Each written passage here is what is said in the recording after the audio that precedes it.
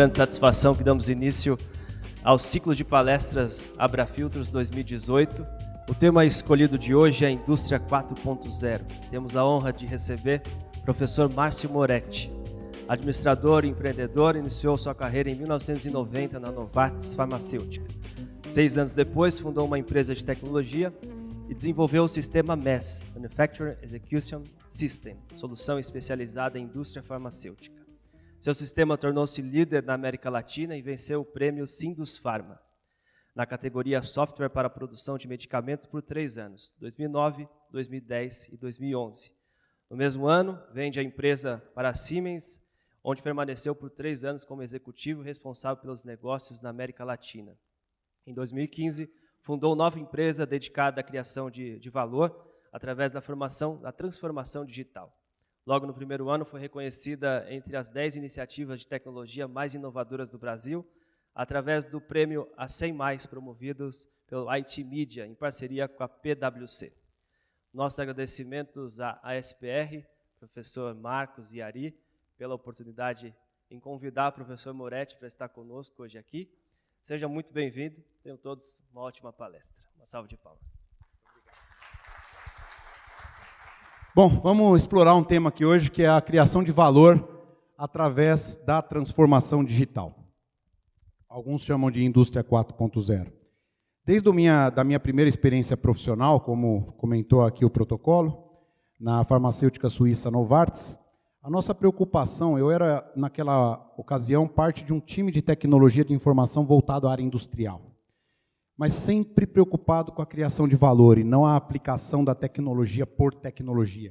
Nós não vamos colocar um tablet na produção por um tablet, não vamos colocar um sensor ou um PLC por ele em si, senão pelo aumento da produtividade, pelo ganho financeiro, econômico ou de market share que isso pode trazer para a empresa, né? E esse conceito eu trago comigo durante toda a minha carreira. Nós não entregamos softwares, né? Ele até citou a empresa que nós construímos e vendemos para a Siemens, que era uma empresa que produzia sistemas de execução de manufatura. Mas no final, o que era entregue ao cliente não era exatamente um sistema. O sistema era é o meio pelo qual nós entregávamos valor ao cliente, para que aquela empresa pudesse lucrar mais, ter mais mercado e etc. e tal. Então, quando a gente fala em criação de valor, deixa eu achar o laser aqui. Quando a gente fala na criação de valor através da transformação digital, por valor, entenda valor econômico, lucro, maior rentabilidade, maior participação de mercado, maior market share. E quando a gente fala transformação digital, a transformação digital é o meio pelo qual a gente vai produzir esse valor. A indústria 4.0 está muito associada à transformação digital. Que transformação digital é essa? De que nós estamos falando? Transformação digital que nós todos já vivemos no nosso dia a dia. Se nós olharmos, nós compartilhamos a nossa vida com os amigos, com os familiares, uma fotografia, uma formatura. Então você tem um amigo que mora na Suíça, você sabe que ele acabou de fazer um mestrado, o outro que mora na Alemanha teve um filho, você está acompanhando a vida dos seus amigos que você não vê há 10 anos através da transformação digital que nós já temos através de ferramentas como Facebook, WhatsApp, LinkedIn, onde você tem aí seus contatos profissionais, geração de empregos, contratação de pessoas. O iFood, quem nunca usou, experimente a experiência. É uma experiência mágica. Chegou em casa, está com fome, não tem comida, um clique e a comida chega, você não precisa nem pagar. Quer dizer, já está pré-organizado o processo. Chegou, comeu. Muito simples, né? Processo transformacional. O Waze, eu gosto muito do Waze como exemplo, porque o Waze é uma das grandes ferramentas que gerou valor para a humanidade através da transformação digital. Quem consegue ir embora ou ir a qualquer lugar hoje sem ligar o Waze, né? É uma ferramenta que nós usamos no nosso dia a dia. E o Waze, ele funciona, é uma plataforma computacional em nuvem completamente digital, que pega a informação do seu carro, do seu, de todo mundo que está se deslocando, alimenta esses dados na nuvem, e o próximo que vai fazer aquele percurso, o sistema vai buscar o melhor caminho que vai te fazer chegar no seu objetivo mais rápido. Grátis. Eu me lembro quando, nos anos 2000, a gente ia para os Estados Unidos a trabalho, e o pessoal falava, traz um GPS para mim. A gente sempre trazia aqueles GPS da Garmin, custava 400, 500 dólares. Era um recurso de computação, com tela, com touchscreen, com tudo, para um único fim, de guiar. Você ligava ele de vez em quando. A maior parte do tempo ele ficava desligado. Era uma ociosidade. E quando o mapa mudava, que você tinha que pôr um cabo e atualizar, não esquece, não conseguia, não atualizava. Então você tinha uma série de dificuldades. Você vê que isso nasceu e morreu, né? Todo mundo conhece os cases famosos, o emblemático case da Kodak, uma empresa que foi líder mundial em filmes, em papéis fotográficos e que desapareceu porque foi engolida pelas câmeras digitais, que por sua vez duraram muito pouco, foram engolidas pelos smartphones, que aliás engoliu um monte de coisa, não engoliu só a câmera digital, engoliu o GPS, engoliu a câmera digital, engoliu tantas outras coisas mais, a agenda, né? Tá tudo lá dentro do smartphone. Então o Waze é um negócio fantástico hoje, porque além de tudo isso ele é melhor, ele está sempre atualizado e ele te informa informações em tempo real de trânsito, para te dar uma melhor opção em tempo real. E vai mudando de ideia, né? Mudei de rota, vai mudando, conforme a situação vai alterando. Um outro advento da transformação digital é o Uber. Veja, é uma empresa que recentemente até teve alguns artigos falando que valia mais que a Petrobras, não sei como é que está hoje, puramente digital. É uma plataforma computacional em nuvem que conecta demanda com oferta. Algoritmos de inteligência vão distribuir as frotas, fazer com que os carros estejam próximos. No momento que você chama, em 5 minutos ele chega. E é barato demais ser transportado pelo Uber e é extremamente funcional, comparado com a experiência anterior de chamar alguém tem um telefone de uma operadora de táxi, ligar, não, eu estou aqui no auditório da Abrafiltro, não, você tem que entrar por trás. E depois chegar no final, o troco, o recibo, etc. Então é tudo muito mais simples hoje, né? E os bancos foram os primeiros a adotar, a perceber que a transformação digital tinha valor. Há 30 anos atrás, uma agência bancária tinha uma agência do Bradesco em Mauá, tinha 60 caixas. Hoje em dia, você vai numa agência bancária, tem 1 ou 2. Porque o banco percebeu que se ele te disponibilizar um aplicativo extremamente simples, você faz o trabalho. Então ele percebeu que ele podia transferir para o cliente o trabalho. Ao invés dele ter um staff, um profissional contratado para fazer uma TED, ele deixa que você faça. Ele só cobra a tarifa, como se ele estivesse fazendo. Mas você faz o trabalho. Então os bancos aumentou a lucratividade tremendamente fazendo uso da transformação digital. Algumas empresas têm algumas resistências hoje em colocar os seus dados na nuvem, em monitorar a tua indústria na nuvem, né? E isso é um paradigma, porque vejam, os bancos é puramente nuvem, é puramente uma plataforma eletrônica onde o seu dinheiro está lá e você opera. Então, quando a gente fala de transformação digital, né, voltando ao tema da criação de valor através da transformação digital, nós vamos falar daqui a pouco da indústria, mas é essa transformação digital que eu me refiro. A nossa vida já é impactada digitalmente. Hoje em dia é mais fácil você se sentir conectado com o mundo se você estiver num lugar remoto, porém com conexão Wi-Fi, com sinal, do que você estar dentro da sua casa sem sinal, sem você se sentir isolado hoje sem sinal, né? Vocês conhecem esse aplicativo, Flight Radar? Esse aplicativo ficou famoso com o acidente da Chapecoense. Eu quero mostrar rapidinho aqui para vocês como é que isso funciona, porque isso engloba alguns dos itens da tecnologia da indústria 4.0. Então, o aplicativo Flight Radar ele tem a seguinte proposta. Numa tela do meu celular, eu consigo visualizar todos os voos que estão sobrevoando o planeta em tempo real. Então eu vou abrir aqui, para a gente ver a América do Sul, a América do Norte lá em cima, para vocês verem quantos aviões tem aqui sobrevoando os Estados Unidos, uma vez que carregue. Aí, Wi-Fi. Então assim, você tem uma quantidade de aviões sobrevoando o planeta nesse momento. São 14.292 aeronaves no ar neste momento. Nessa tela tem 800, redondo. Então a gente vai pegar aqui e vamos ver em cima da nossa cabeça, dar um zoom aqui onde nós estamos. Né? Então aqui em cima de nós tem alguns aviõezinhos passando aqui. A gente pega um deles, dá um zoom maior aqui. Pegamos um deles. Então, ok, então esse avião é um voo JJ3919 da TAM, saiu de Santos Dumont, está chegando em Congonhas, decolou há 44 minutos atrás, vai pousar em 16 minutos. É um Airbus A319-112, prefixo PRM, alguma coisa, VB.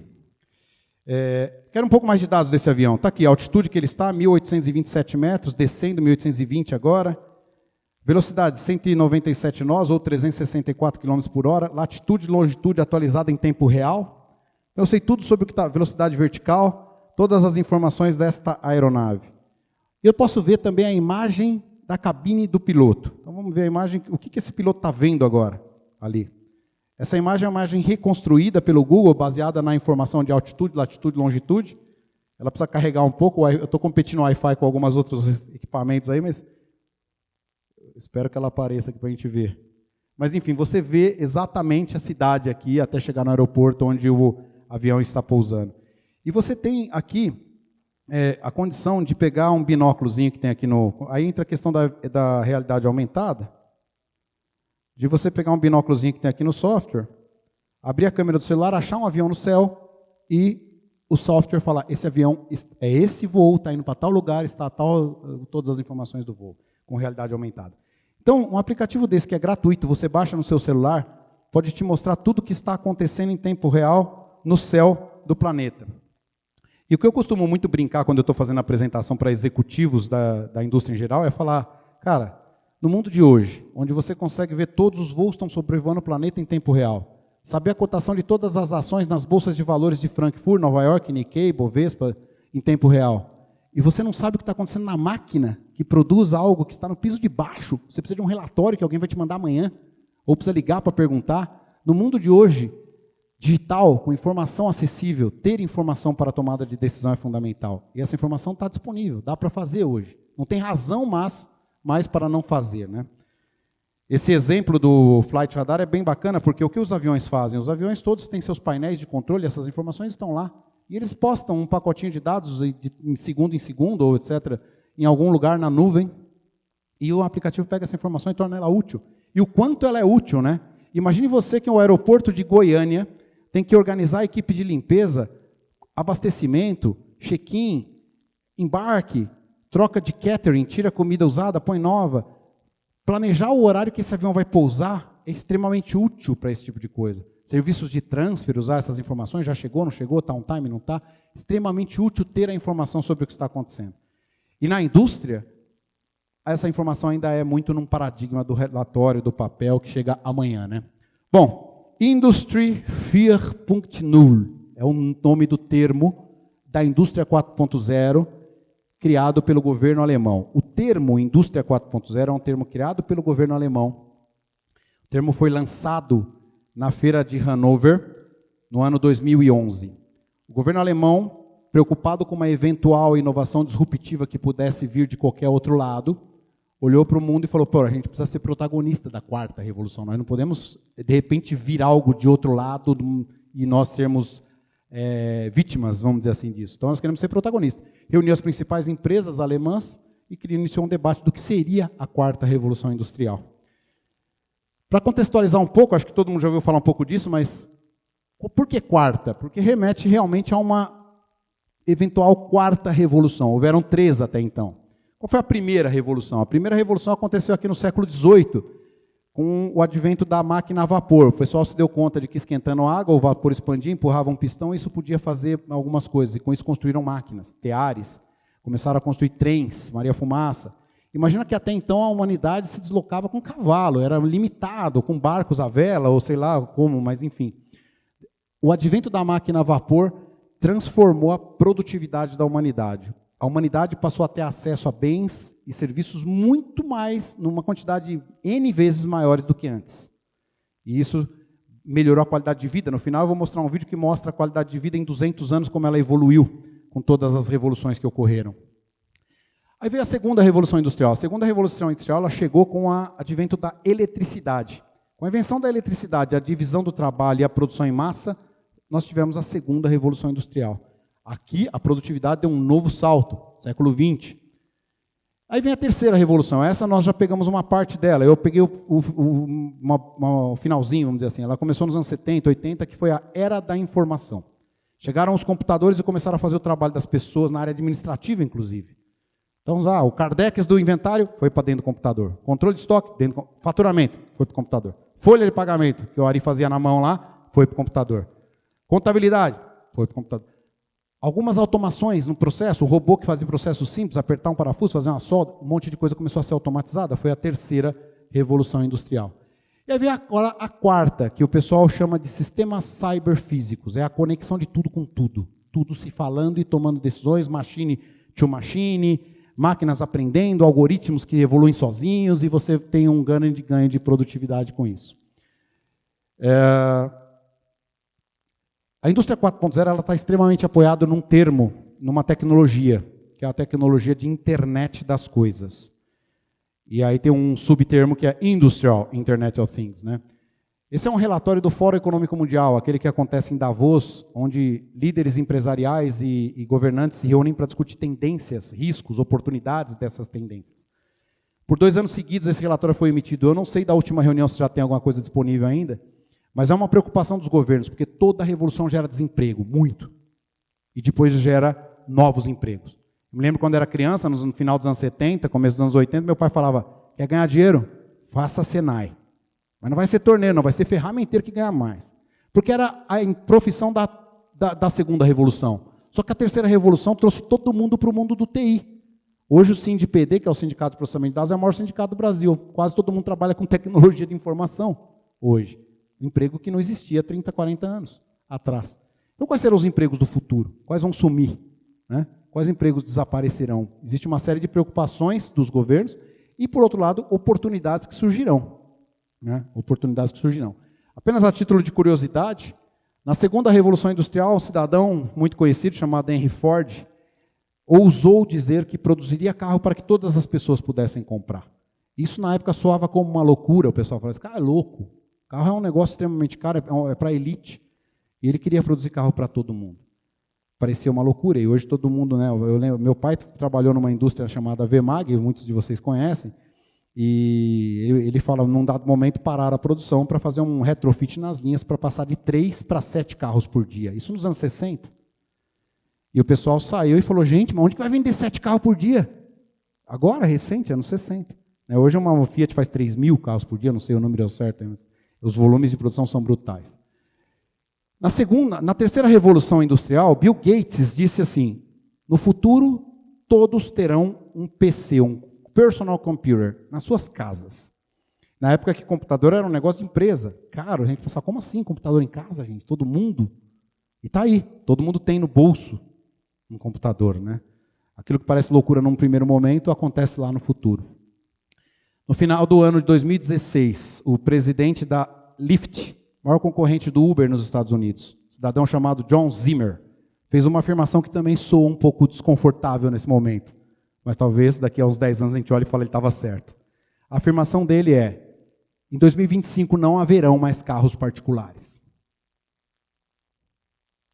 E não haverá por uma razão muito simples, não haverá razão para ter um carro particular. Sistemas de transporte por carros de grandes frotas serão tão bem organizados que você consegue chamar um carro a hora que você quiser, em qualquer lugar, chegar em qualquer lugar, você desce na porta, não precisa de estacionamento, não precisa nada. Vai funcionar muito bem. Depois nós vamos falar de gestão de performance de ativo, é um exemplo que eu vou dar mais para frente, e aí nós vamos poder fazer uma análise, qual é a performance do seu carro. A gente usa muito pouco, é um ativo extremamente subutilizado. Você compra ele, usa umas horinhas, paga para ele ficar parado em algum lugar, você paga pela ineficiência. Então assim, vai ser um modelo... Eu tinha 3 carros em casa, hoje tem um e funciona muito bem, muito melhor. O Uber, tudo isso aí já resolve. E você chega nos Estados Unidos, na Espanha, em qualquer lugar, você abre o Uber, funciona do mesmo jeito. Tem um carro para te levar para outro lugar. Você não precisa levar teu carro contigo, né? Então, assim, mudanças virão pela frente. O doutor José Carlos me trouxe umas informações também de modelos de energia, onde os carros elétricos funcionarão como grandes no-breaks da humanidade. Uma hora ele está sendo carregado, outra hora ele está devolvendo a energia para uma casa que está sem energia, e você teria um sistema de abastecimento elétrico totalmente revolucionário também. Né? Bom, internet das coisas. Segundo o Gartner, entre as principais tendências tecnológicas está a internet das coisas. E segundo eles, até 2020, ou seja, amanhã, serão 50 bilhões de equipamentos conectados à internet. Quando eu falo equipamentos conectados, eu estou falando máquina, equipamento de verdade. Não conta tablet, PC e nem smartphone. Um ar-condicionado, uma geladeira, um carro, um trem, um metrô, um avião, uma máquina, uma injetora, uma estampadora, uma prensa, tudo conectado à internet, se comunicando através da internet. Isso acontece por uma razão simples, redução de custo. Hoje custa 80% menos você ter um sensor, um microprocessador, um Wi-Fi, comparado com 4 anos atrás, que era 80% mais barato que anos anteriores, e daqui 4 anos não vai custar nada. Muito barato ter o dado hoje. E por isso vai expandir exponencialmente. Internet das coisas começa com a palavra internet. A primeira fase da internet, quando a gente usava as linhas de escadas ainda, o objetivo da internet era um grande repositório de conteúdo, você encontrar coisas que estavam nos computadores de outros, através de uma grande conexão mundial. Me lembro até um dia, nos anos 90, que meu irmão me liga e fala assim, cara, você já viu um tal de Google? Eu falei, não, o que é isso aí? É um negócio que acha tudo. Na época a gente usava KD, Yahoo. Aí ele falou, entra aí, Google e coloca aí o que você quiser. Aí você fala, caraca, só tem um campinho no meio da tela, põe o que você quiser ali, é um portal para o mundo. Né? Então, naquele momento, a internet era um grande repositório de conteúdo. A gente encontrava na internet os conteúdos, né? Curiosidade também, se vocês tiverem curiosidade, a missão do Google, se a gente entra na página do Google e vê a missão que eles declaram é reunir toda a informação do mundo e torná-la acessível e útil. Essa é a missão que eles definiram. A segunda fase da internet, ela passou a conectar as pessoas, fortemente alavancado pela chegada dos smartphones. Os smartphones tomaram conta, todo mundo tem. E aí, todas as pessoas hoje estão conectadas através da grande rede mundial. Não importa onde está o seu filho, não importa onde está o teu amigo, você manda uma mensagem, ele vai responder. Ele está em algum lugar do mundo conectado. Então, todas as pessoas em tempo real conectadas pela grande rede. E agora vem a próxima fase, que é a fase onde as coisas, e aí vem o internet das coisas, se conectam através da internet. Então, traduzindo o termo internet das coisas, que é a principal tecnologia que sustenta a quarta revolução industrial, nada mais é do que as coisas passam a se comunicar através da grande rede mundial. A mesma rede que as pessoas se comunicam.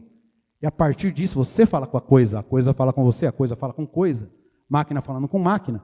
Uma máquina se auto-organiza, ela fala, estou com o meu processo engargalado aqui, ela passa para outra. Aliás, já vou deixar aqui, abrir um parênteses e fazer um convite, né, com permissão do reitor da universidade aqui, caso haja interesse de todos os participantes, a gente organizar, através da Abrafiltros, uma visita ao laboratório de Indústria 4.0 que eles têm dentro do Instituto Mauá de Tecnologia. Algo espetacular para entender como máquinas se relacionam umas com as outras, máquinas novas, máquinas antigas, comunicando-se através da grande rede para dizer, olha, faz isso aqui, para aquilo ali, vai aquele lá, se organizando, máquina falando com máquina. Então a internet das coisas é isso, gente. A internet que era conteúdo, passou a conectar pessoas, agora vai conectar coisas. E isso abre um espaço para inovação sem precedentes. Porque antes a automação estava limitada à máquina, ela pega uma informação aqui, toma uma decisão ali, expulsa uma caixinha aqui, são decisões locais. Mas a partir do momento que você está tudo conectado a tudo, você pode buscar uma informação completamente fora. Quantas pessoas estão tweetando a palavra tal, então eu vou colocar mais isso na produção, tal. Você começa a conectar coisas muito amplas, né? Então é isso, é tudo conectado. Esse é o tema da internet das coisas. Conectar as coisas, disponibilizar dados na nuvem é fundamental para que isso aconteça. Mas o dado em si precisa ser processado, precisa ser organizado, precisa torná-los acessíveis e úteis para os decisores. Decisor que pode ser um gestor, olhando esse dado, e a gente vai dar alguns exemplos disso mais adiante, ou uma máquina, uma decisão automatizada com base num algoritmo, que olha dados, decide e toma uma decisão automatizada. Mas é fundamental que essas coisas e esses dados estejam disponibilizados em nuvem. O que é esse negócio de nuvem, né? Como eu disse, eu trabalho com isso todos os dias, e a maior parte das empresas que eu trabalho, que são indústrias farmacêuticas, ficam um pouco desconfortáveis com os dados na nuvem. E a gente sempre fala, onde está o seu dinheiro? Está num cofre trancado ou está num sistema que você acessa pelo seu celular? É nuvem. Porque nuvem, na verdade, não existe. Nuvem, na verdade, é um computador de alguém. É um computador da Microsoft, da Amazon, da IBM, que você contrata com níveis de segurança altíssimos para deixar os seus dados, igual você contrata o banco para deixar o seu dinheiro. É a mesma coisa. Eu sei que é um tema delicado entender esse negócio de nuvem, né? A gente fala no Flight Radar, os aviões pegam os dados dos seus dashboards e põem na nuvem. E a gente pega para trás do nosso celular aqui embaixo. Eu não sei como que eles fazem quando não está nublado. Aí eu não sei onde eles deixam esses dados. Para explicar um pouco de nuvem, a gente trouxe uma especialista aqui que fala sobre isso para nós. Você pode dar um clique, por favor, aqui no vídeo? Pois bem. Inventa uma história fantástica, que está na nuvem, que... Ah, o e-mail está na nuvem, né? que está na nuvem, sei lá que nuvem. Como é que, sabe, eu não entendi muito bem essa história da nuvem. Estou aqui tentando apurar direitinho. Como é que uma coisa pode estar na nuvem? É muito simples estar na nuvem, não tem de provar. Que nuvem? Aonde está a prova? É assim que funciona. Um dado curioso, eu sou também diretor de marketing na Casa Ronald McDonald, pelo Rotary Club de Santo André, e num treinamento de Media Training feito pelo Instituto Ronald McDonald, lá na Universidade do Hambúrguer, em Alphaville, a agência de publicidade que trata do McDonald's trouxe alguns dados interessantes sobre marketing digital, para a gente ver como que o mundo digital é hoje, né? Uma matéria escrita por um jornalista na Folha de São Paulo, publicada no jornal impresso, tem uma tiragem de 340 mil impressões. Impressão não significa leitura. Pode ser lido várias vezes, pode não ser lido, algum exemplar desse. Só que a mesma matéria escrita pelo mesmo jornalista tem de forma mensurada, 33 milhões de visualizações no portal UOL, em um dos portais. Sendo que dessas 33 milhões de visualizações, você sabe quem acessou, qual é o perfil, gênero, idade, aonde, quanto tempo ficou dentro, você leu inteira, você tem um montão de informação. E essa mesma matéria também é acessada por outros 25 milhões de pessoas por um outro portal, agora também que virou um portal, que é o Facebook. A mesma matéria. Então, assim, a pergunta que o pessoal fez é, de que jeito você está fazendo marketing da tua empresa hoje? É fazendo um releasezinho para o jornalista postar num jornal impresso? Esquece, você está atingindo 1% do público. Você tem 99% do público que você pode atingir via mídia digital. Outro dado interessante, hoje, celulares estão presentes em 90% dos lares no Brasil, segundo os últimos dados. Isso é mais do que saneamento básico. Todo mundo tem um smartphone. Os acessos às compras digitais, tudo que é feito hoje é muito mais por celular do que as pesquisas de Google, muito mais por celular do que por computador fixo ou notebook e tal. Esse é um dado da Stanford University, a gente participou de um treinamento da Stanford em dezembro passado. Veja que interessante, em 1990 o custo para você ter 1 gigabyte de dados era ao redor de $1.000. Esse mesmo gigabyte hoje custa 2 centavos de dólar para armazenar essa informação. Processar informações, milhares de transistores, o custo era $1.000 também, ao redor de $1.000 naquela época. E hoje você fala em 5 centavos de dólar para processar informações. Então, assim, armazenar e processar informação é muito barato hoje. E agora vem as comunicações, tudo conectado, sensores de baixíssimo custo, possibilitando você pegar mais dado e guardar mais dado para processar. Computação em nuvem, que te permite esse dado acessível em qualquer lugar. Não está mais só na sua casa ou dentro da sua empresa, está na tua mão, no teu bolso, a hora que você quiser. E com isso a quantidade de dados no mundo está dando um salto assim.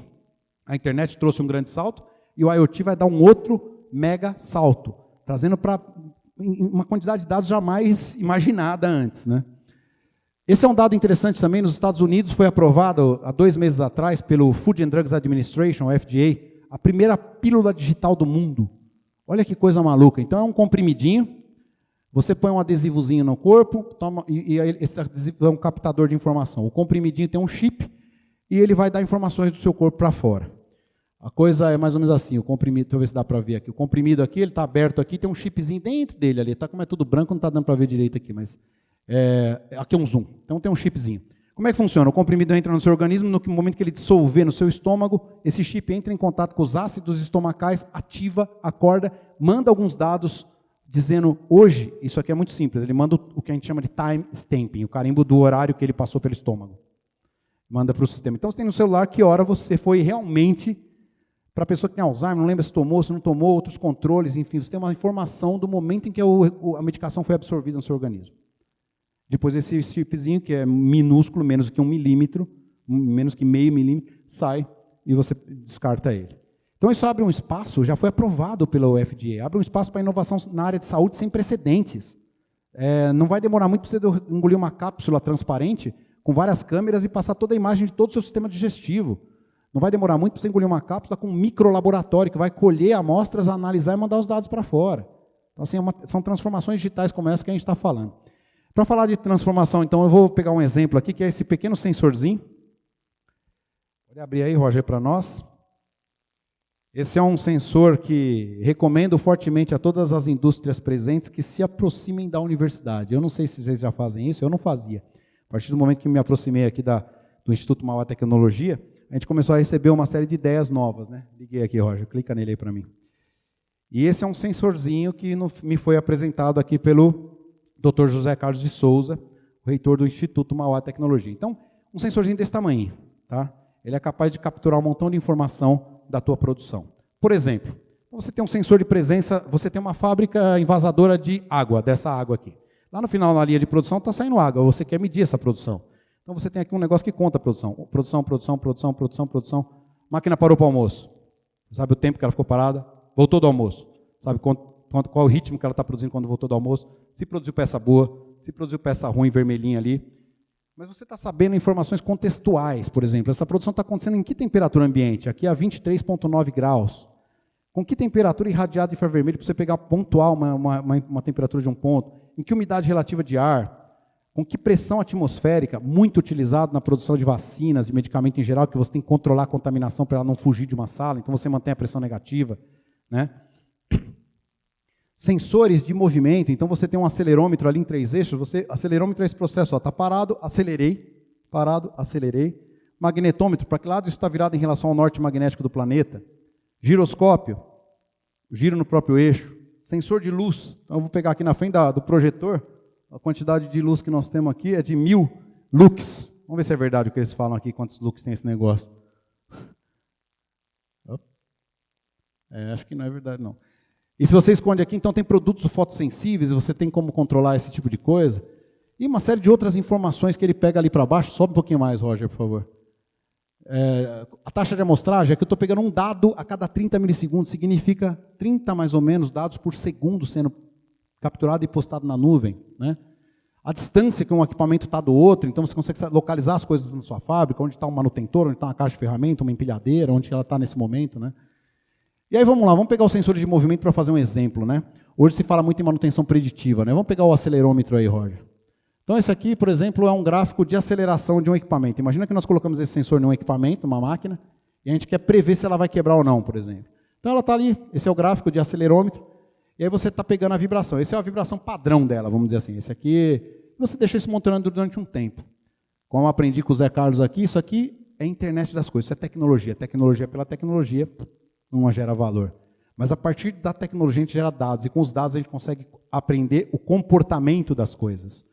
E a hora que a gente analisar o comportamento desse equipamento, falar, esse aqui, que nós estamos vendo na tela, é o padrão de comportamento desse equipamento.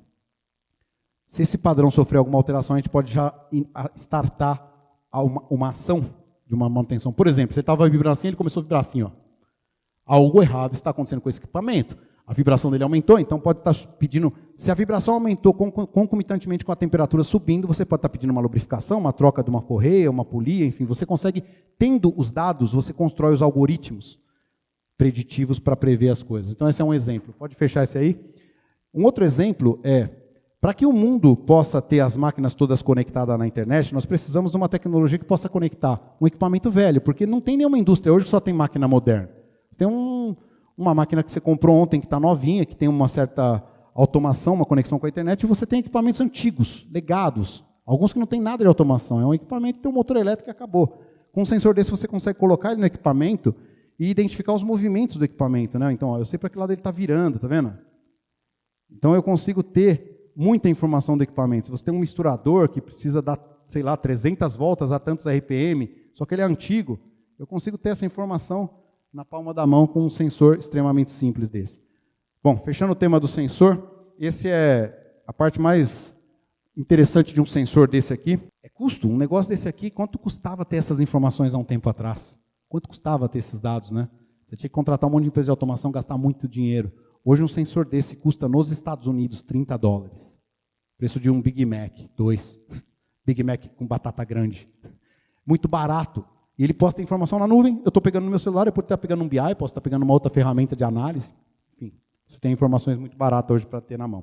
Bom, então nós falamos um pouquinho aqui de IoT, que é a base da indústria 4.0.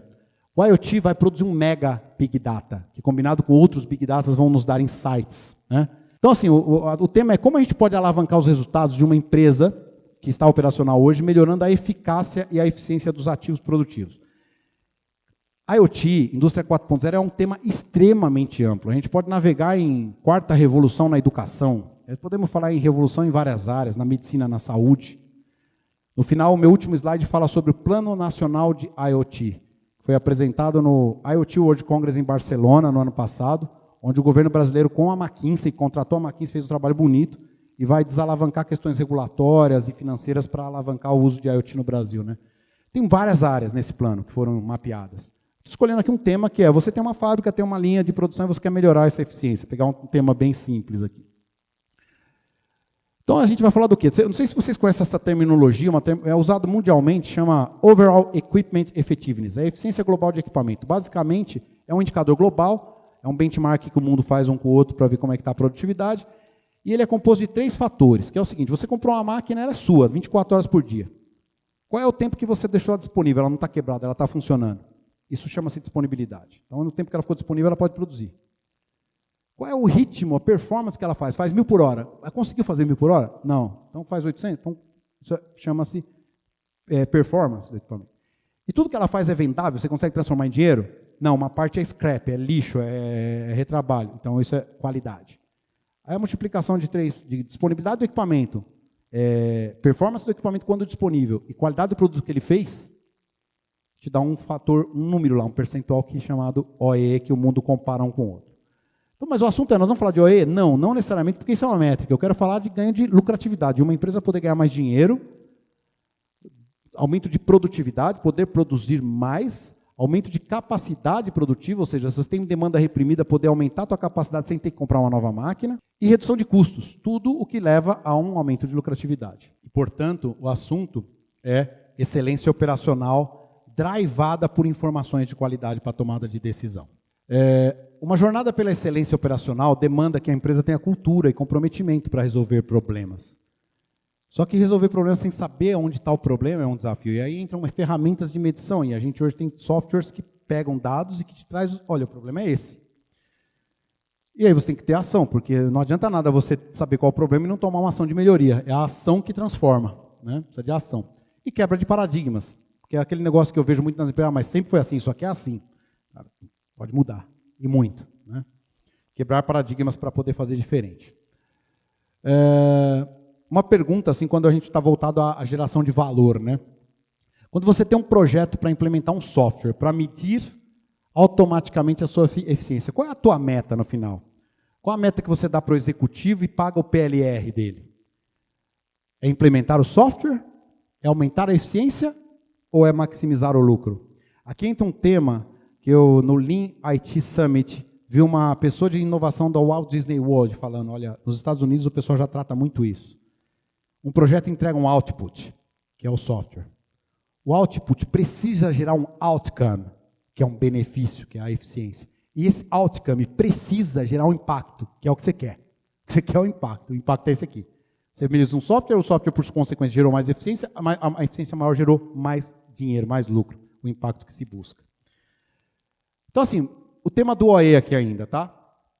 Eficiência global do equipamento. Como é que ele funciona, né? Vamos pegar um sensorzinho como esse aqui, colocar na máquina e nós vamos contar a produção minuto a minuto dessa máquina. E contextualizando em que temperatura, em que umidade, em que pressão, em que outras variáveis mais. A gente parte de uma verdade absoluta, inquestionável. A máquina é sua, ela está lá 24 horas por dia para você. Então, se ela está 24 horas por dia para você e você comprou uma máquina que faz 1000 por hora, você empresário fala, eu quero 24.000 garrafas de água no final do dia. Mas eu não preciso de 24.000, então eu não opero todos os turnos. Eu tiro um turno, falo, não vou trabalhar todos os turnos, não, vou trabalhar só 2, 16 horas. Tá bom, sobrou meu tempo operacional aqui. Então se eu tenho 16 horas, faz 1000 por hora, me dá 16.000 garrafas no final do dia. Você quer que o seu gerente de produção te entregue isso. Aí você fala, não, mas acontece que dessas 16 horas tem algumas paradas que foram planejadas. Por exemplo, o camarada vai almoçar, para a máquina para almoçar. Então dessas 16 horas, ele tem um almoço e um jantar, sobrou 14. Tudo bem, nós não vamos ter uma equipe para fazer revezamento, então vou produzir 14 horas por dia. Então eu quero 14.000 garrafas por dia. E aí você tem aqui o tempo realmente disponível, máquina rodando, produzindo. Me dá 14.000. Aí o gerente fala, sabe o que é, doutor? É que ela não ficou disponível esse tempo todo, não. Ela quebrou, teve manutenção, teve setup, e eu tive perdas dessa disponibilidade prevista de 14 horas. Então eu perdi aqui, vamos supor, 4 horas de disponibilidade. Sobrou 10. Esse que sobrou é o tempo realmente produzindo. Nesse momento a máquina estava, como a gente chama, uptime, não downtime. Estava rodando, funcionando. Então se tem 10 horas de máquina funcionando, ok, entendi, me dá 10.000 garrafas de água. E aí o gerente fala, sabe o que é, doutor? É que ela ficou 10 horas rodando, só que ela não rodou a 1000 por hora, ela rodou a 800 por hora. Teve perdas de ritmo, de performance. No final, ele entregou aqui um tempo líquido produzindo, que é o correspondente às 8.000 garrafas. Ou seja, em vez de fazer, às 10 horas, em vez de fazer 1.000, fez 800, deu 8.000 garrafas. 8.000 seria o equivalente a rodar 8 horas em ritmo de cruzeiro. Ok, tá bom, entendi. Me dá então as 8.000 garrafas aí. Sabe o que é, doutor? Que nem todas estão boas. Tem umas que estão com o rótulo torto, a tampa não tampou direito, está vazando. Perdas de qualidade, não produziu boas. E aí você tem no final uma produção efetiva. Essa produção você pode vender e transformar em dinheiro. Todo o resto não.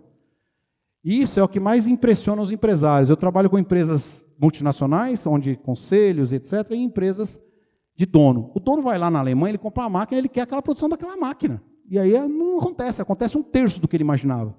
E aí essas são as explicações. E aí o pessoal começa a tentar achar por quê, e não acha o porquê.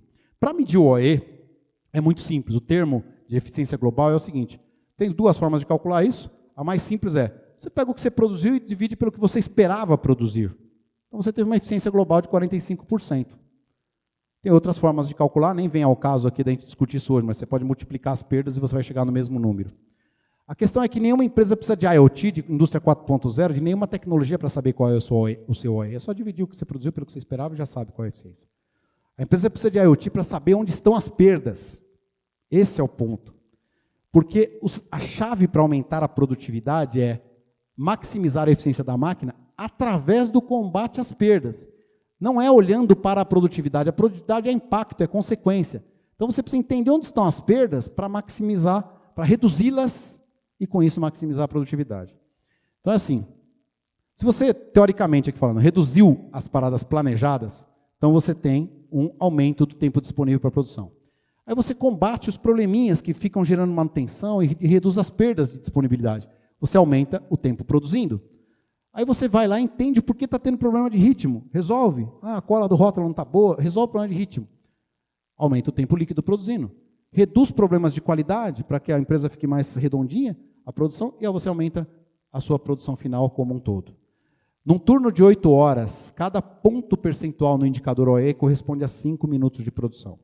Em geral, nas indústrias de medicamento e de alimento por onde eu ando, 5 minutos é um número que o pessoal até negligencia. 5 minutos não é nada. Para calcular quanto vale 5 minutos. É uma pergunta que eu faço normalmente para diretores industriais, falam, quanto vale 5 minutos da sua planta? Quanto custa isso aí? Quanto custa 5 minutos parado? Qual é o, né? Se a gente pegar uma envasadora de água das mais simples, mais antigas, vamos falar de 100 unidades por minuto, porque hoje uma envasadora de Brahma lá na Ambev invasa 3.000 latinhas por minuto.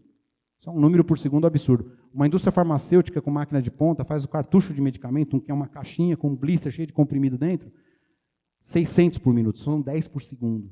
Então a velocidade de produção é muito alta. Estamos falando aqui de uma velocidade conservadora, 100 por minuto. 5 minutos significa que num turno você deixou de fazer 500 unidades, amigo. Se você trabalha 2 turnos, 1.000 unidades por dia. Se essa empresa trabalha só em dias úteis, 260 dias por ano, 260.000 unidades por ano, por linha, se nós conseguirmos 5 minutos. 10 linhas, vamos supor uma indústria média, 10 linhas de invase, 2.600.000 unidades por ano eu posso te entregar. E aí é a provocação que eu costumo fazer na geração de valor para as indústrias. Eu falo, amigo, tá, a IoT não interessa, a indústria 4.0, mas se eu puder te entregar 5 minutos a mais de produção, se eu te entregar 2,5 milhões de unidades a mais produzidas com a mesma máquina, com o mesmo staff, sem hora extra, sem nada, interessa? Opa, se esse teu produto tem uma margem de contribuição de R$1, estou despejando 2,5 milhões a mais no EBIT todos os anos, né? A questão é que as oportunidades vão muito, mas muito além de 5 minutos. O tempo hoje não vai permitir a gente navegar em alguns cases, mas eu tenho vários cases onde a gente monitora e a performance hoje, sabe, em farma é 35, 40, quando muito 50, bebida 60. Então assim, em geral, as indústrias, num turno de 8 horas, conseguem realmente produzir 4. As outras 4 são problemas de manutenção, de setup, etc. e tal. 4 horas, quantos minutos tem ali nas perdas? A gente resgatar só 5 minutos, a gente produz valor pra caramba. E aí aumenta a produtividade. Tem alguns estudos que falam que precisa de 3 brasileiros, 4 brasileiros para fazer um trabalho de um americano, né? Mas eu não sei até que, nem sei a fonte desse dado, mas se a gente conseguir fazer o Brasil produzir mais, é uma contribuição de impacto social, competitividade, etc. e tal. Aí, ok, então a gente tem uma ferramenta de IoT que ajuda o cara a medir e aumentar a performance da máquina. Aí uma pergunta já mais filosófica, um pouco mais avançada, é a gente entender, dá para perder dinheiro aumentando a performance de máquina? É possível. Eu tenho um amigo, o Dr. Ricardo Borgatti, especialista nesse tema de Lean Manufacturing, produção enxuta, e ele diz o seguinte, eficiência é sempre bom, mas você tem que fazer um bom uso dela. É possível perder dinheiro aumentando a eficiência? Absolutamente possível e até muito fácil. Se o gestor não tiver uma visão mais completa, ele acaba pondo a máquina para produzir o que não precisa. OE sozinho não significa nada para o lucro. Ele pode significar prejuízo. Porque enquanto a gente chama isso aqui, deixa eu voltar um slide aqui rapidinho. Enquanto o OE chama esse aumento aqui, ó, de eficiência adicional, se a gente olhar isso aqui com a lupa do Lean Manufacturing, isso pode significar o maior dos desperdícios, que é a superprodução. É quando você produz algo que não precisava. Aí aquilo fica no seu estoque, aí você aluga um armazém para guardar aquilo, aí daqui a um tempo aquilo obsoletou, você joga fora e paga para jogar fora. Então é um prejuízo. Um aumento de produção daquilo que não precisa é um prejuízo. Tem uma frase que eu já encontrei ela como sendo do Einstein e também do Peter Drucker, que diz o seguinte: não tem nada, o maior desperdício que existe no mundo é fazer de forma eficiente aquilo que não precisa ser feito. Não, é uma maior forma de você empregar talento, empregar esforço, capital, para fazer algo que não precisava. A excelência operacional precisa obrigatoriamente conduzir a melhores resultados. Uma empresa só é excelente se ela está tendo melhores resultados. Você vê empresas... eu melhorei aqui, não sei se vocês leram um livro chamado A Meta, super recomendo, mas no livro, a hora que ele encontra o professor dele, ele fala, cara, melhorei 34% da eficiência da minha empresa colocando os robôs lá, né? E o professor fala, nossa, você aumentou 34% no lucro da sua empresa só por uns robozinhos? Ele falou, não falei no lucro, falei na eficiência. Não, peraí, me explica isso aí. Como é que você melhora a eficiência e não aumenta o lucro? Então, não melhorou a eficiência do quê? Não do negócio. Não do negócio. Então, muitas vezes um engenheiro acaba focando muito na eficiência pontual ali, esquece a visão, qual é o impacto disso no DRE da empresa, no balanço de patrimonial, né? Então, a gente precisa obrigatoriamente, para a empresa ganhar mais dinheiro, ter melhores resultados, precisa fazer certo, eficientemente, o que está sendo demandado. Só isso vai conduzir a melhores resultados. Você tem indicadores como eficiência de ativo, eficiência de operação, custo de hora extra, níveis de estoque, giro, eficiência de fluxo, eficiência da equipe de setup, eficiência da manutenção. Tudo isso é eficiência, mas para fazer o quê? Fazer certo aquilo que tem demanda. E isso, no final, vai culminar nesse resultado. A empresa gasta menos com obsolescência, gasta menos capital com inventários, tem melhor margem na venda e mais EBIT, que é o que interessa no final da história. Como dizia meu chefe na Alemanha, ele falava, Moretti, não precisa dizer nada, EBIT talks. O EBIT fala sozinho, só me mostra o EBIT. O resto você vê aí que você faz. Bom, já falei disso, os americanos valorizam muito a questão outcomes e impacto. Você precisa de maximizar outcomes e impactos. Output é o de menos. O que eu mais vejo nas empresas é, a tua meta é implantar o cara vai lá e implanta o software. Acabou, bateu a meta, recebeu o bônus. E o resultado? Melhorar? Não melhorou. Precisamos fazer agora uma segunda onda para melhorar, né? Vamos dar uma olhada num case real. Esse dado aqui é um dado público, então eu posso compartilhar. Um dado não é tão novo, mas ele é muito atual, de uma empresa farmacêutica americana chamada Schering-Plough. O slide é deles mesmo, está na internet. Eles falam, todos os resultados a seguir tiveram como base a análise de OE, lead time. 2 indicadores, basicamente. Custo da unidade produzida. Então, eles tinham um custo da unidade produzida que vinha subindo. Aqui eles começaram a medir sistematicamente, e o custo caiu de 50 centavos para 37 centavos.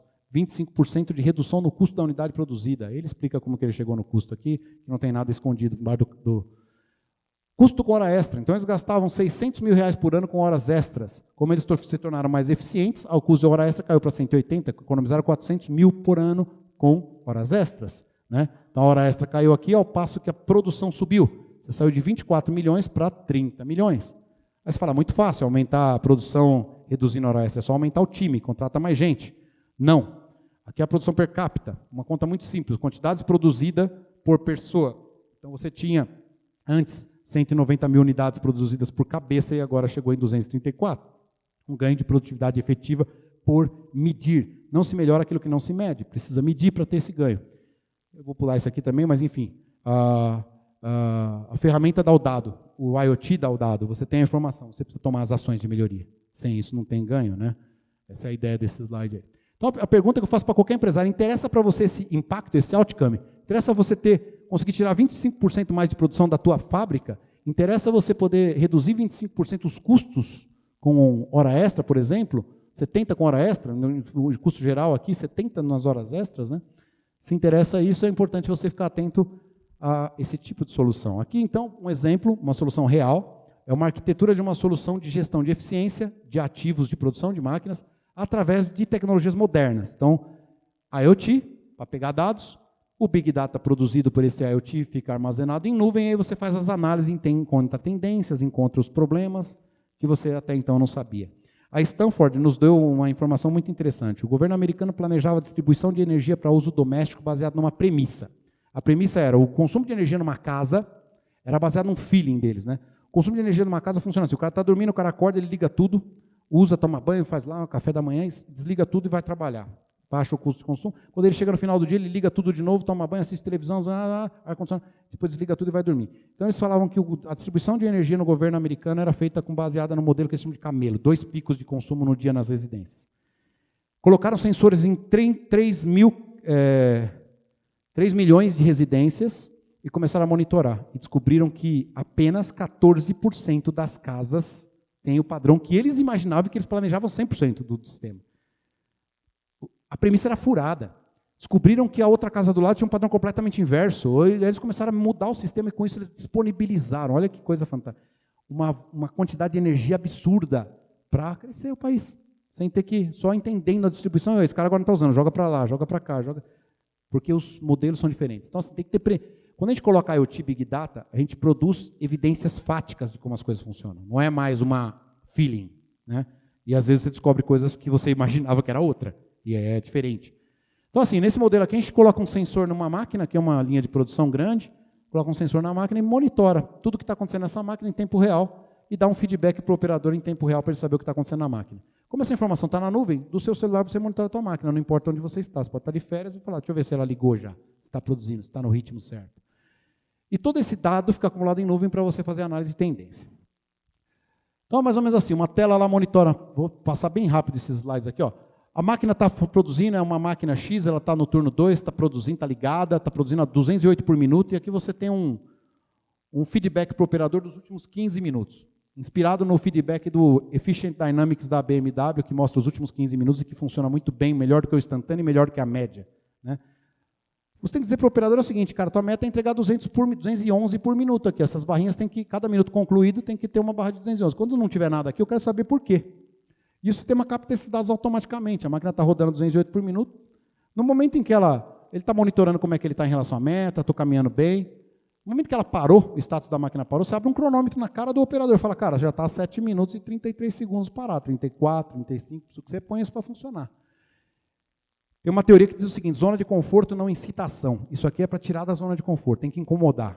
A gestão à vista, TV zona grande, falando, minha parada, tem que pôr para funcionar.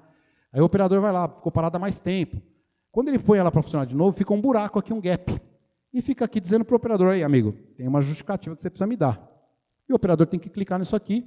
No que ele clica, aparece aqui, ó, você ficou parado das 10h01 até as 10h04, 3 minutos. Você ficou parado das 10h34 até as 10h49, 15 minutos. O que aconteceu?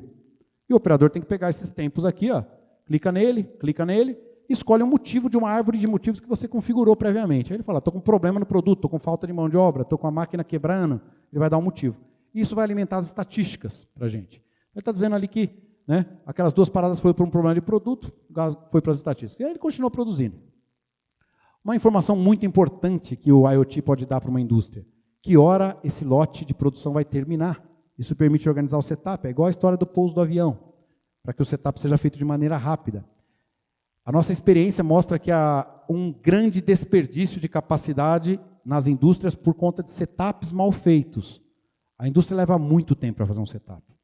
A máquina terminou um lote, para, aí vai buscar ferramenta, e perde um tempão fazendo o setup para produzir o próximo produto, que é outra dimensão, que é outra medida, e que às vezes você precisa fazer o setup. Então, saber o horário que ela vai acabar permite a você se antecipar algumas ações do setup para evitar que ele demore. Não é um tema que eu vou me estender, porque é muito específico, a gente gastaria horas só em cima desse tema, mas eu quero que vocês percebam o quão importante é, numa fábrica, fazer um setup rápido. Nesse vídeo que eu vou passar aqui agora. Dá um clique no vídeo aí, por favor, no centro da tela.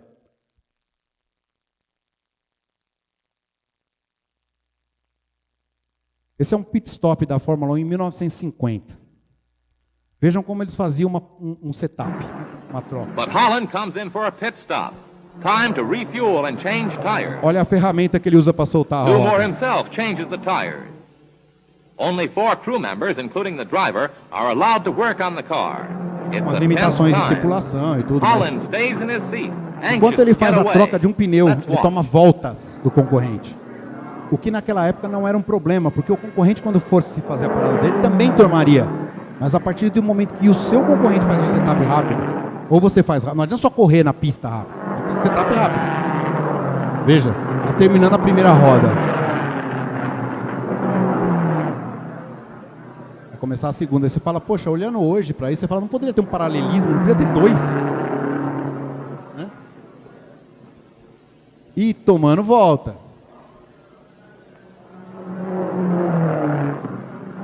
Olha a prática que ele tem para pôr a porca. Ó.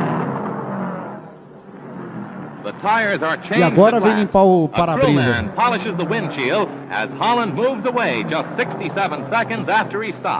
Esse é um setup inconcebível nos dias de hoje, né? Aí você compara isso com um setup mais moderno, aí recente, de 2013. Essas ações a gente chama de atividades pré-setup, é o setup externo. Setup que não depende da máquina parada para fazer. Você não precisa que a máquina pare para ir buscar a ferramenta para o próximo lote. Já buscou, já está preparado. Quando a máquina está terminando o primeiro lote, o pessoal se prepara para o setup. E aí ela encosta, você tira um produto, põe o próximo produto, põe a máquina para funcionar e continua fazendo o setup. O setup continua, mas não com a máquina parada. Isso traz ganhos de produtividades absurdos. Absurdos. Eu participei de uma missão brasileira, visitando em outubro do ano passado, novembro, o IoT World Congress em Barcelona. Estava aí o presidente da Associação Brasileira de Internet das Coisas, várias empresas de tecnologia e um representante do Ministério da Ciência e Tecnologia do Brasil, que foi lá apresentar em primeira mão o lançamento do programa de IoT do governo brasileiro. Lá assisti várias palestras fantásticas, né? Umas do MIT, muito boas, umas do Google, impressionantes, onde eles mostram onde vão chegar esses algoritmos e a gente fala, loucura. E o pessoal questionando, fala, não, touchscreen, essa tecnologia que revolucionou os smartphones, é uma tecnologia obsoleta, tende a morrer em poucos anos. Não vai mais usar toque na tela, é muito, não se lembra a palavra que eles usaram, mas é pré-histórico o negócio, é muito antiga essa tecnologia. Nós vamos usar a voz, vamos usar entendimento de gestos, coisas muito mais fáceis de interagir. Nesse evento teve várias palestras, uma delas foi a da NASA. Então a NASA fez uma apresentação sobre os programas espaciais. Até recentemente o Elon Musk agora mandou um foguete fantástico que retorna, que você não perde o foguete. Gastou 1/5 do que a NASA gasta para fazer um lançamento, com mais eficiência, sem perder o foguete. Fez um marketing do Tesla lá no espaço, enfim. Mas eles mostrando os programas espaciais que eles estão fazendo, os desafios que existem, né? E de repente ele falou, olha, vocês estão falando aí que internet das coisas na indústria é você colocar sensor, capturar dado, conectar esse dado e trazer para uma análise em tempo real para tomada de decisão. Legal. E aí você chega nas empresas, o cara fala, mas na minha fábrica não dá para pôr isso aí não, porque o sinal é ruim. Aí ele fala, amigo, deixa eu te falar uma coisa. Apollo 11, 1969, a gente mandou uma nave para a Lua. Essa nave tinha sensores que mandavam informação em tempo real, ou quase em tempo real, para uma base de controle que tomava decisões sobre os dados dessa nave. Não tem sinal na Lua também. São desafios que você tem que... Para de dar desculpa, né? Vamos fazer as coisas. E eles colocaram o homem na Lua nessa época. E essa era a central de controle da NASA, nessa época, onde a capacidade computacional da NASA era menor do que a capacidade computacional de um smartphone hoje. Hoje só que tem mais capacidade de armazenamento e de processamento de dados do que tinha a NASA em 69. E nós fizemos. Então ele contando essas coisas, você fala, puxa vida, é verdade, né? Tem que tirar as desculpas e ir para frente, vamos fazer as coisas, né? E nessa mesma apresentação eles falaram de capacidade computacional. Eu não me lembro os números ao certo, mas dizia algo como assim, em 5 anos, $1.000 comprará uma capacidade de processamento equivalente a um cérebro humano. O Zé Carlos está confirmando. E coisa como em 10 ou 15 anos, $1.000 comprará a capacidade computacional de todos os cérebros humanos do planeta. Então assim, e dá para ver naquelas tendências que em 20 anos caiu de $1.000 para 5 centavos de dólar o que a gente tem hoje. Então realmente isso deve acontecer. Bom, fechando parênteses, então tá, o cara mediu tudo, ele tem o feedback lá em tempo real, como é que ele está indo, como é que está a performance dele, como é que está a disponibilidade do equipamento, a performance do equipamento, a qualidade do equipamento, um histograma, quanto produziu minuto a minuto, todas as informações disponíveis para analisar, e quando tem um problema, já localizar o problema. Ó, você está tendo problema aqui, ó, você precisa resolver isso. Um algoritmo já diz para o cara, o teu problema é esse, resolva. Né? Só que toda essa informação vai para a tua mão. Então você tem um celular, já todo mundo já tem o seu, é mais um aplicativo igual o Waze, que você baixa e monitora a tua produção, tua linha, tua fábrica. Né? Aí você sai do paradigma do relatório. Muitas indústrias fazem relatório assim, ó, no livrão, na mão. Esse relatório tem um problema, ele tem uma criptografia, ninguém entende o que está escrito ali. Aí você evoluiu para um relatório assim, depois foi para um relatório desse jeitinho aqui, chegou num PDF, e o que nós estamos propondo hoje é fazer relatórios digitais no seu celular. Se toda a informação do mundo está no seu celular, por que não a sua própria informação da sua fábrica estar no seu celular, não é verdade? Aí você cria uma possibilidade de ter alertas em tempo real. Então você tem uma fábrica com 30, 40, 50, 200 máquinas, carros, caminhões, sei lá, empilhadeiras, o que você está monitorando. Mas você fala assim, olha, eu quero ser avisado quando algo sair do normal. Então você não precisa fazer, você automatiza a supervisão. E você recebe uma mensagenzinha dizendo, a máquina tal está com tal problema. Tem um dado, que eu acho que também foi o Zé Carlos que me passou, uma concessionária de rodovias que começou a monitorar com IoT a calibragem dos pneus da sua frota. E economizou 3 a 5% de combustível por manter regulado. E o pneu avisa quando precisa ser calibrado, acabou. Então você tem um save econômico. A IoT é isso, é você receber a informação, receber no seu relógio smart, né?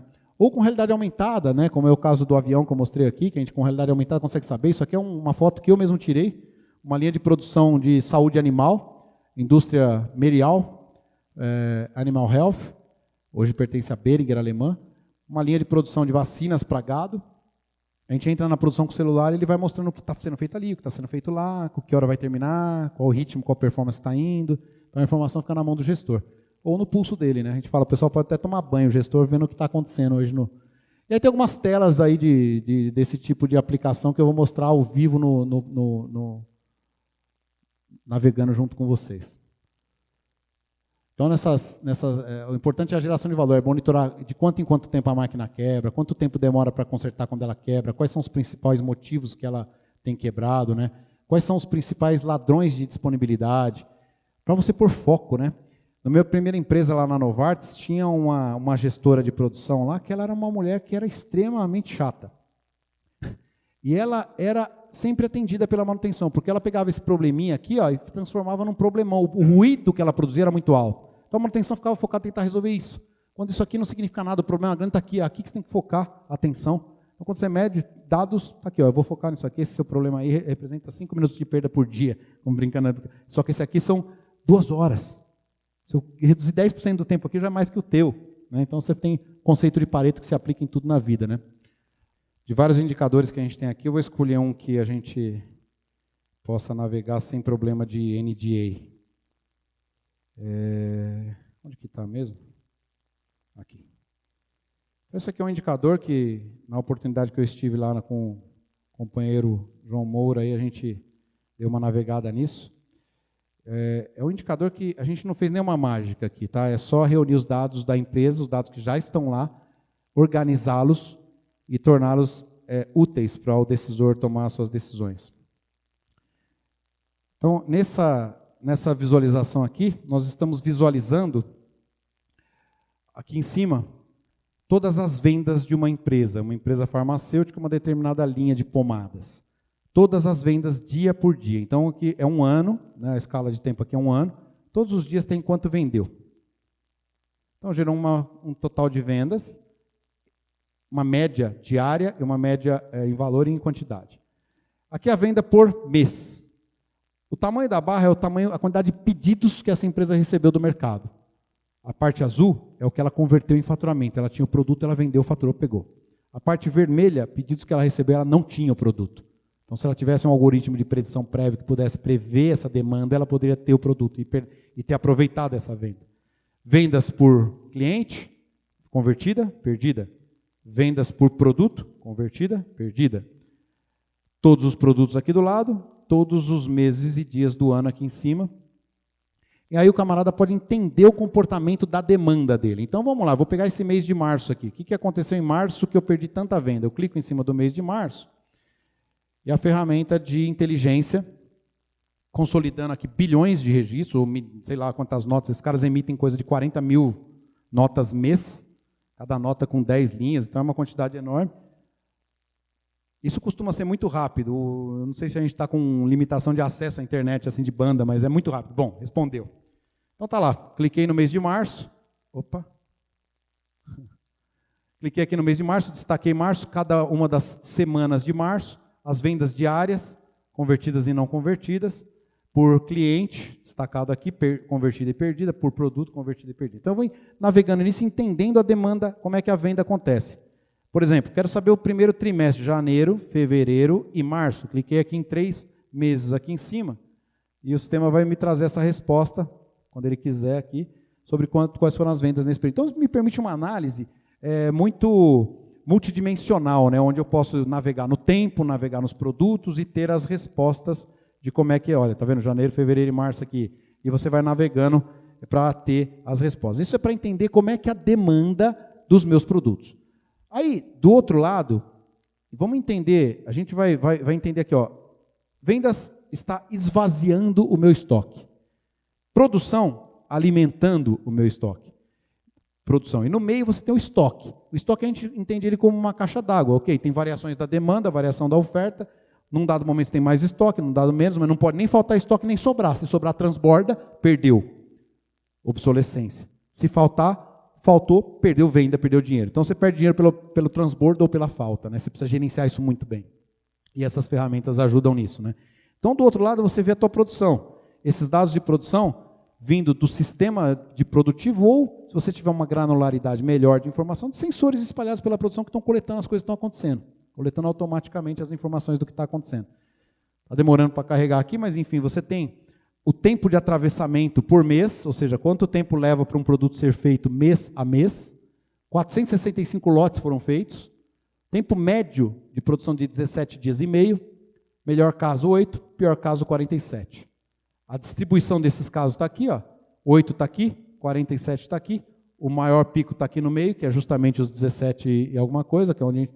E o teu work in process, quanto de produto em processo você tem, ou em quantidade, ou em dinheiro, aí depende de como a empresa quer ver. E aqui do lado, produto a produto. Quanto tempo demora a fazer cada um dos produtos, o mais rápido, o mais lento, etc. e tal. Então, um produto que eu faço mais rápido está aqui embaixo, o mais lento aqui em cima.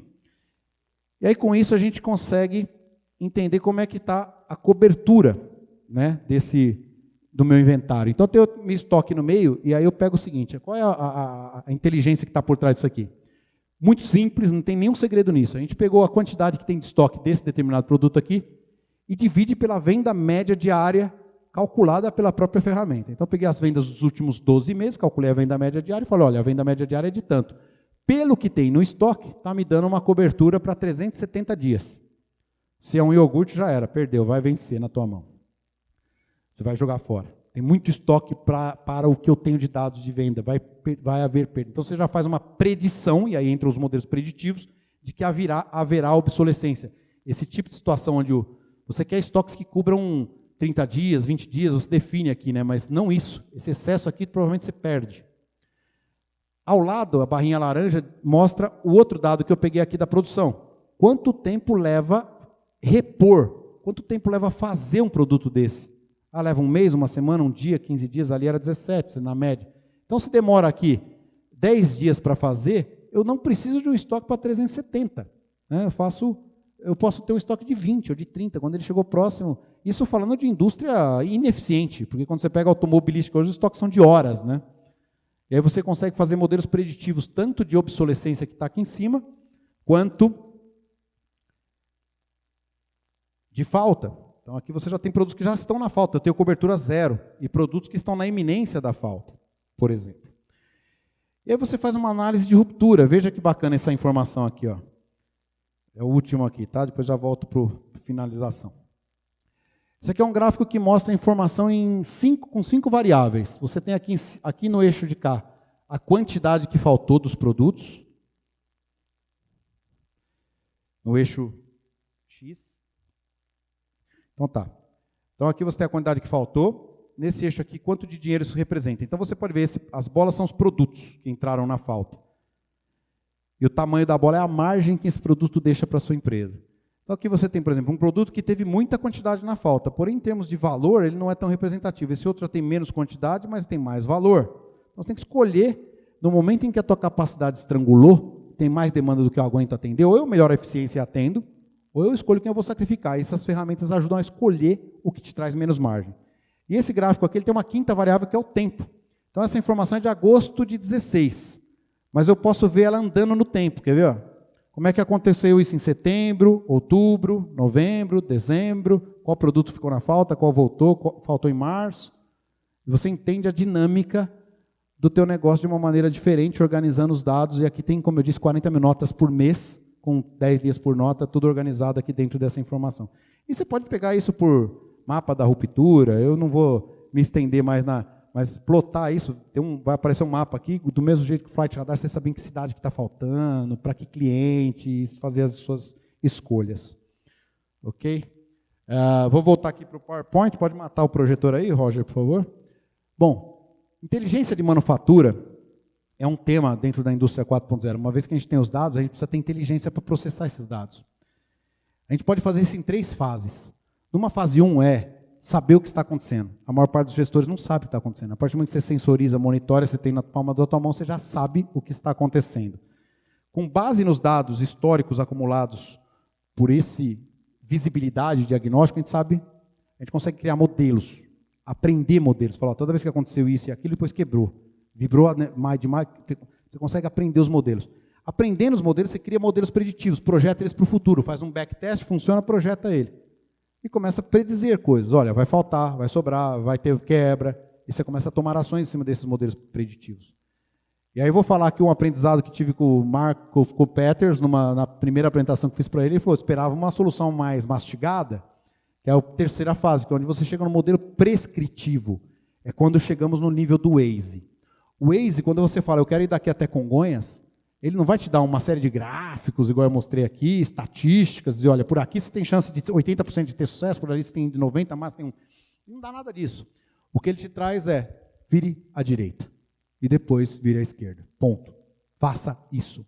Então a gente aprende os modelos, cria algoritmos para prever o que vai acontecer, e depois que esses algoritmos estão azeitadinhos, você deixa o sistema decidir. Delega a decisão. Eu já delego a minha decisão para o Waze, é ele que decide para mim. Ele decide por onde eu vou, não penso mais nisso. Então, assim, a gente pode delegar decisões da indústria para um software decidir. Bom, antes de um filme final aqui, eu vou falar um pouquinho disso aqui. Ó. Eu peguei na internet alguns prints, mas eu assisti ao vivo o lançamento do Plano Nacional de Internet das Coisas. Como eu disse, o Ministério da Ciência e Tecnologia e Comunicação contratou a McKinsey, fizeram um levantamento no Brasil e descobriram 14 áreas onde a internet das coisas pode alavancar a produtividade do país. Então, são várias as áreas, né? Casas, logística, lojas, escritórios, veículos, fábricas, indústrias de base, rural, ou agronegócio, saúde e cidades. Dessas 16, eles escolheram 4. Quando você vê a apresentação, é entusiasmante. Eu sei lá se os caras vão conseguir executar o plano, porque a gente vê muito disso e não executa, mas a apresentação eles falaram, gente, o que o Brasil quer fazer com isso? Um plano para drivar as priorizações de BNDES e de questões regulatórias. Tem um cunhado meu que ele é diretor de expansão da TIM. E ele fala, cara, eu chego com uma tecnologia novinha, quero pôr uma antena, a Anatel fala, precisa homologar. Então homologa, precisa fazer o processo. Daí 1 ano e meio eles liberam, já foi. A Argentina já está usando a tecnologia faz 1 ano, todo mundo já está usando, e os caras, aí já tem outra nova. Aí ele fala, agora eu não quero pôr mais aquela, quero pôr essa. Então, assim, é um problema as questões regulatórias do Brasil.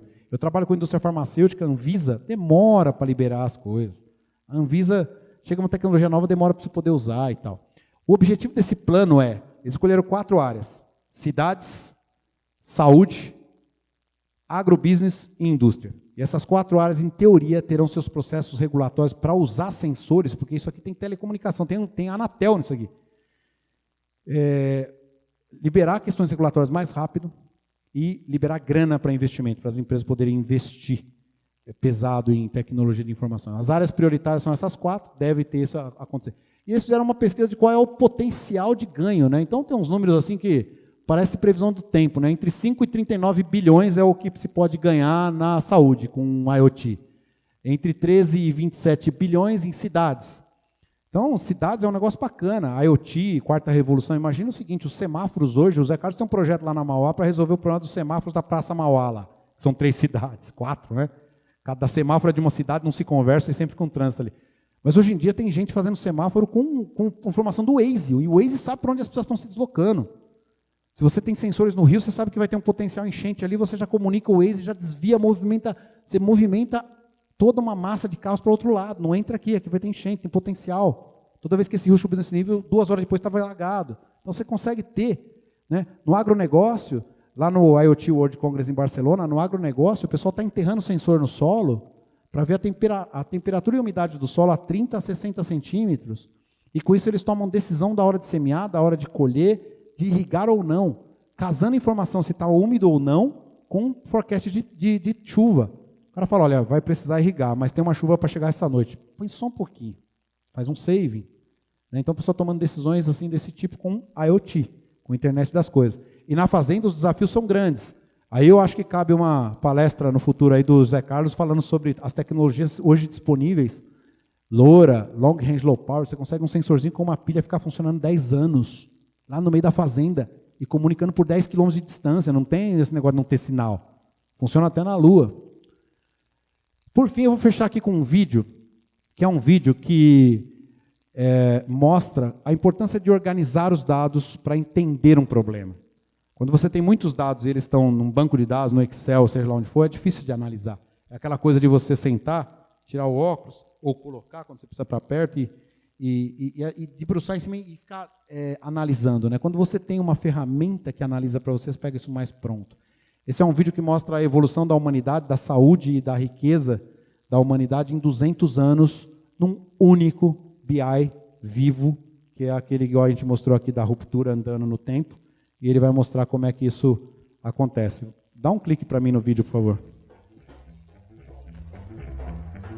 Visualization is right at the heart of my own work too. I teach global health. And I know having the data is not enough. I have to show it in ways people both enjoy and understand. Now, I'm going to try something I've never done before. Animating the data in real space, with a bit of technical assistance from the crew. So, here we go. First, an axis for health. Life expectancy, from 25 years to 75 years. And down here, an axis for wealth, income per person, $400, $4,000, and $40,000. So down here is poor and sick, and up here is rich and healthy. Now, I'm going to show you the world 200 years ago, in 1810. Here come all the countries. Europe brown, Asia red, Middle East green, Africa south of Sahara blue, and the Americas yellow. And the size of the country bubbles show the size of the population. And in 1810, it was pretty crowded down there, wasn't it? All countries were sick and poor. Life expectancy were below 40 in all countries. And only UK and the Netherlands were slightly better off, but not much. And now, why start the world? The Industrial Revolution makes countries in Europe and elsewhere move away from the rest. But the colonized countries in Asia and Africa, they are stuck down there. And eventually, the Western countries get healthier and healthier.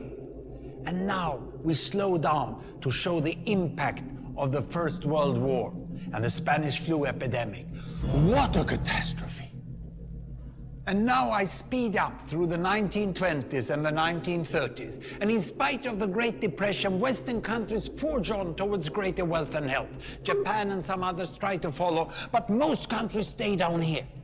Now, after the tragedies of the Second World War, we stop a bit to look at the world in 1948.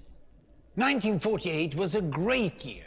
The war was over, Sweden topped the medal table at the Winter Olympics, and I was born. But the differences between the countries of the world was wider than ever.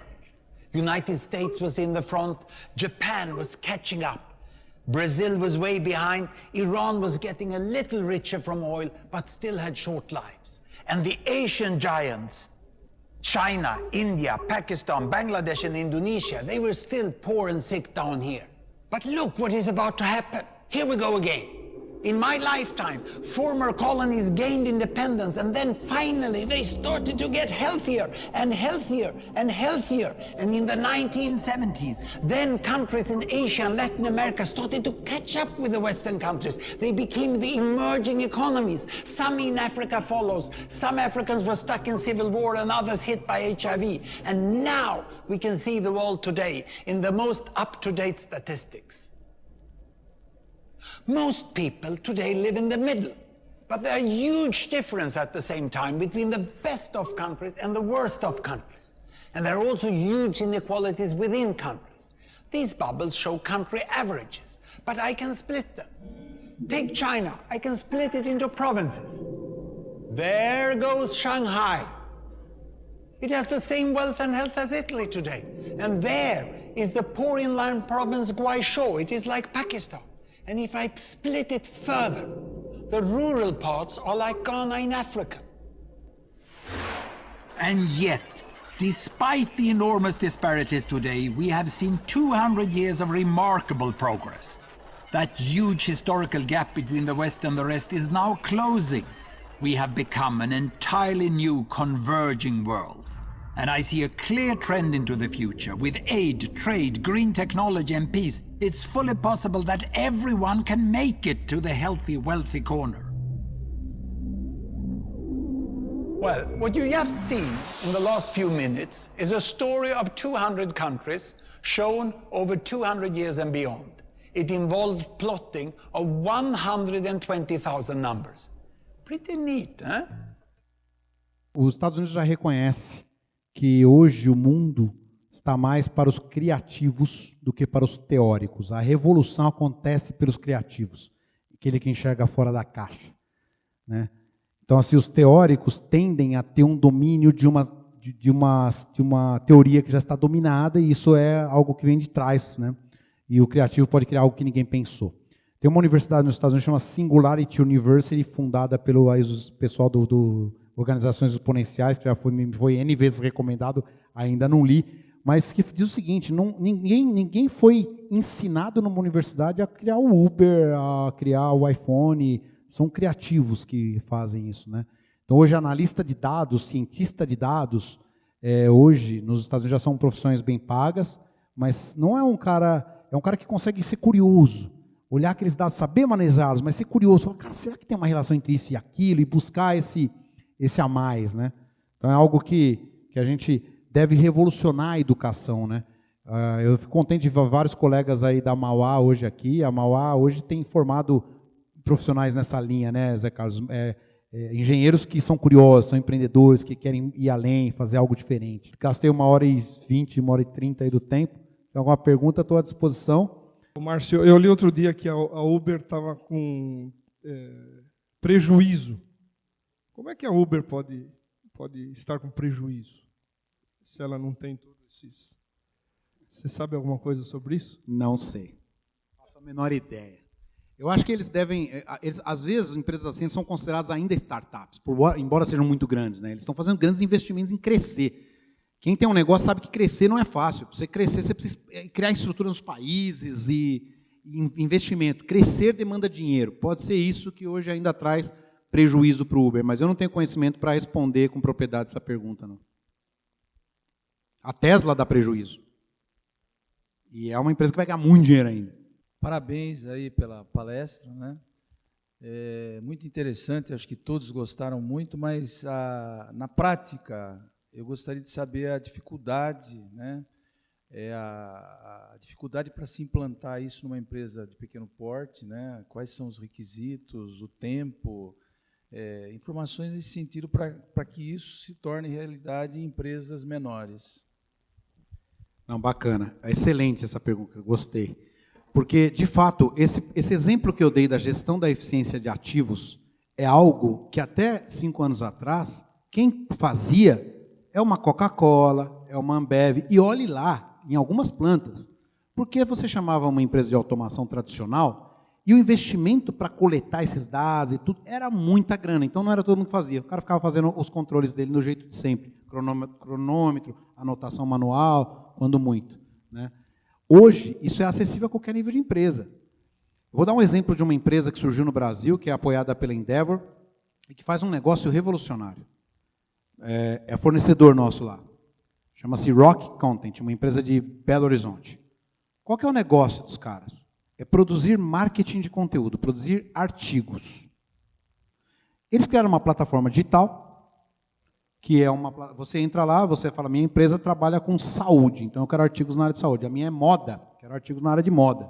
O outro é engenharia, então, ou construções. E, enfim, cada um com a sua área de especialidade. Você entra na plataforma, eu preciso de artigos disso aqui. E é uma plataforma de internet, em algum lugar do mundo, tem alguém que domina esse tema e que se predispõe a ganhar ali 300, 400, 500 reais por um artigo. E ele escreve, você valida, aprovou, paga, e ele recebe e tal. Eles conectam hoje milhares de clientes com algumas dezenas de milhares de escritores de artigos, por um preço muito convidativo. Até então, uma empresa, para ter um assessor de imprensa, uma assessoria de imprensa decente, própria, gastava muito dinheiro. Muito dinheiro. Você tem que contratar um cara bom. E às vezes o cara é bom num tema, mas não é no outro, e não é no outro. E você ficava numa situação... E essa plataforma, ela revolucionou esse mercado. Hoje eles crescem absurdamente. Você contrata uma empresa dessa para escrever um artigo por semana para você postar no seu blog, para você assina um artigo no final, você paga um valor lá, sei lá, 400 reais por semana, 300 por semana, 1.000 reais por mês para ter coisa de ponta. Então, esse tipo de plataforma que conectam, as coisas estão cada dia mais disponíveis. Então, hoje, quando eu saí da Siemens também para fundar uma nova empresa, qual é a proposta? Com um negocinho de baixíssimo custo e uma plataforma na internet. Você não tem que comprar servidor, você não tem que instalar software, tem que fazer nada. Cadastra seu produto aqui, cola esse sensor com fita na tua máquina, comecei a monitorar os dados. E as informações estão todas na internet. A gente acessou elas aqui em tempo real. Então, isso passou a ser acessível a qualquer empresa. E muitas vezes sem investimento de capital. Contratos de SaaS, que é a moda no mundo do software agora. Software as a service. Eu não estou te vendendo um software, não estou te vendendo um sensor, não estou te vendendo nada. Estou te dando a informação de como está funcionando a tua máquina por um FII mensal. De um valor que é pago pela própria eficiência com sobras enormes. Né? A gente fala para os nossos clientes assim, ó, um dia, 5 minutos que eu recupero o seu, paga meu FII. Os outros 5 minutos, os outros dias do mês, você captura para você do valor gerado. Né? Então, o bacana hoje da revolução é isso, é acessível a todo mundo consegue ter, né? Coisa que antes não... É a mesma coisa do GPS, né? Quem tinha GPS? Hoje todo mundo tem, é só baixar. Né? Não sei se isso responde a pergunta, mas hoje isso é acessível a qualquer nível de empresa. Bom, estamos com o tempo estourado. Novamente uma salva de palmas, professor Márcio Moretti. Bom, eu quero agradecer a presença de todos uma vez mais e dizer que vou continuar provocando a todos. A Abrafields é uma oportunidade, é uma realidade. A gente sabe e pregou desde 79 que onde houver o líquido e onde houver pó, você vai ter necessidade frequente em sistema de filtração. E o compromisso nosso é o interesse de grupo. E o interesse de grupo está focado no aprendizado e no fazer melhor e trazer resultado para as companhias, que é agregar valor naquilo que faz. Então, todos estão convidados a indicar temas que a gente possa fazer e provocar o que nós provocamos hoje, o conhecimento e o aprendizado. Moretti, você leva o nosso carinho, o nosso agradecimento, e uma lembrança da Casa de Hábito, que é um livro.